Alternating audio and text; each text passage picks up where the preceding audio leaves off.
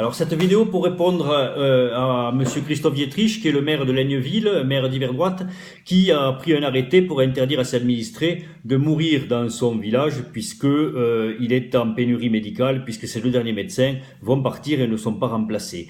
Que nous dit ce maire? Il nous dit qu'on a une crise sanitaire majeure qui s'annonce, qu'elle est gravissime, et nous disons la même chose depuis des mois, et donc on ne peut pas le contredire. Par contre, comme beaucoup de personnes qui sont frappées par cette pénurie médicale, il se saisit de mauvaises solutions et nous parle d'obligation d'installation. Alors on lui rappellera qu'on ne peut pas obliger les jeunes médecins à s'installer parce que ça serait aggraver le problème puisqu'ils ne choisiraient certainement pas la médecine générale, et on lui rappellera surtout que les médecins ont déjà payer leurs dettes à la nation, puisque, vous le savez, ils font tourner les hôpitaux pendant toutes leurs années d'études, et ce pour de très modiques salaires, à tel point qu'on avait calculé que sur un cursus universitaire, l'État économisait 80 000 euros par étudiant en médecine générale et près de 120 000 euros par médecin spécialiste.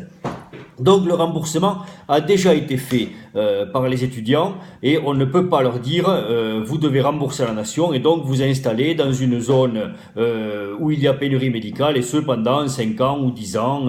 Voilà, non, c'est pas une bonne solution. Monsieur le maire, comme nous, vous avez été couillonné par l'État. On va employer les vrais mots. Vous avez été couillonné par l'État. Ce sont les mêmes responsables politiques, ce sont les mêmes fonctionnaires, les mêmes administratifs qui vous ont oublié. Exactement comme ils ont oublié la médecine, comme ils ont laissé les choses se dégrader. On va parler un petit peu finance. Vous savez qu'une consultation de médecin, c'est 25 euros, qu'on a été augmenté, entre guillemets, de 2 euros cette année. Eh bien, le tarif de la consultation à 25 euros, en euros constants, c'est le tarif de la consultation en 2002. Ce qui veut dire que depuis 15 ans, le coût des actes, le prix des actes, des tarifs n'a pas bougé. Nous sommes au plus bas de la moyenne européenne, et nous sommes la profession de médecine qui en Europe fait le plus grand nombre d'heures pour le coût le plus modique.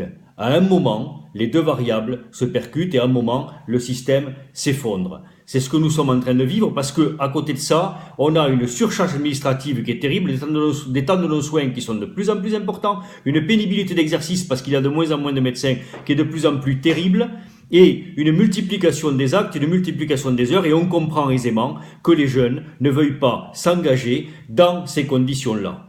C'est l'évidence. Alors il y a des solutions, elles passent par la gouvernance, elles passent par le fait d'accepter que les soignants, les patients et les administratifs co-dirigent ensemble le système, et elles passent aussi par le fait que on vous écoute et qu'on travaille avec vous, parce qu'on vous a oublié, monsieur le maire. L'État vous a oublié. Vous voyez les difficultés que vous avez à administrer vos villages, et les difficultés que vous connaissez, où vous faites un petit peu de la démerde, c'est ce que nous connaissons aussi, parce qu'on a abandonné aussi la médecine. Donc si on a une chose à faire, en tout cas, nous, c'est se rencontrer, vous, maire, et nous, médecins. Et de par notre expertise à nous, qui connaissons le métier et ses problématiques, et votre expertise à vous, qui connaissez le terrain, on arrivera à trouver des solutions.